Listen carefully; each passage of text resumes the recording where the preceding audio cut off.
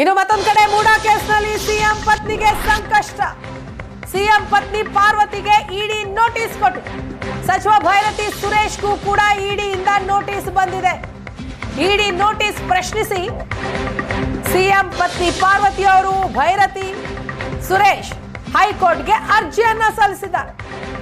ನ್ಯಾಯಮೂರ್ತಿ ಎಂ ನಾಗಪ್ರಸನ್ನ ಪೀಠದಲ್ಲಿ ತುರ್ತು ವಿಚಾರಣೆಗೆ ಮನವಿ ಮಾಡಲಾಗಿದೆ. ಸಚಿವ ಭೈರತಿ ಸುರೇಶ್ ಬುಡಕ್ಕೆ ಈಗ ಮೂಡಾ ಕೇಸ್ನಲ್ಲಿ ಸಚಿವ ಭೈರತಿಗೆ ಇಡಿ ನೋಟಿಸ್ ಕೊಟ್ಟಿದೆ. ವಿಚಾರಣೆಗೆ ಬರಬೇಕು ಅಂತಲೂ ಕೂಡ ಆ ನೋಟಿಸ್ ನಲ್ಲಿ ತಿಳಿಸಲಾಗಿದೆ. ಕೇವಲ ಸಚಿವ ಭೈರತಿ ಸುರೇಶ್ ಅವ್ರಿಗೆ ಮಾತ್ರ ಅಲ್ಲ, ಸಿಎಂ ಪತ್ನಿ ಪಾರ್ವತಿ ಸಿದ್ದರಾಮಯ್ಯ ಅವ್ರಿಗೂ ಕೂಡ ಇಡಿಯಿಂದ ನೋಟಿಸ್ ಹೋಗಿದೆ.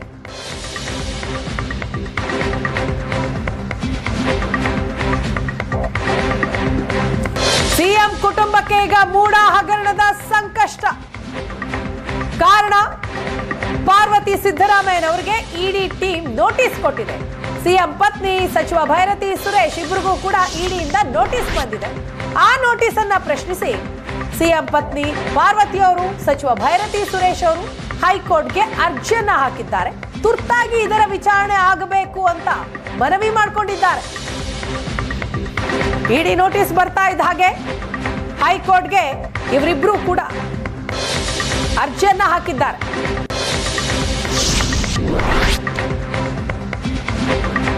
ಇಡಿ ನೋಟಿಸ್ ಅನ್ನ ಪ್ರಶ್ನೆ ಮಾಡಿ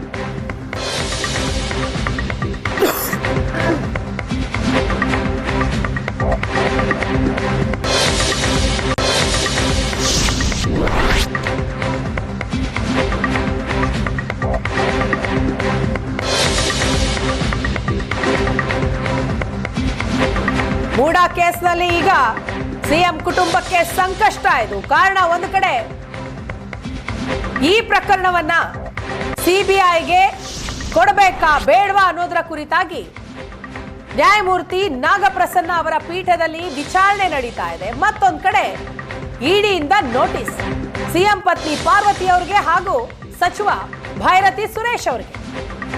ಆ ನೋಟಿಸ್ ಅನ್ನ ಪ್ರಶ್ನೆ ಮಾಡಿ ಈಗ ಹೈಕೋರ್ಟ್ಗೆ ಅರ್ಜಿ ಸಲ್ಲಿಸಿದ್ದಾರೆ. ಜೊತೆಗೆ ಇದರ ತುರ್ತು ವಿಚಾರಣೆ ಆಗಬೇಕು ಅಂತಲೂ ಕೂಡ ಮನವಿ ಮಾಡಿದ್ದಾರೆ. ಹಾಗಾದ್ರೆ ಇದು ವಿಚಾರಣೆಗೆ ಯಾವಾಗ ಬರುತ್ತೆ?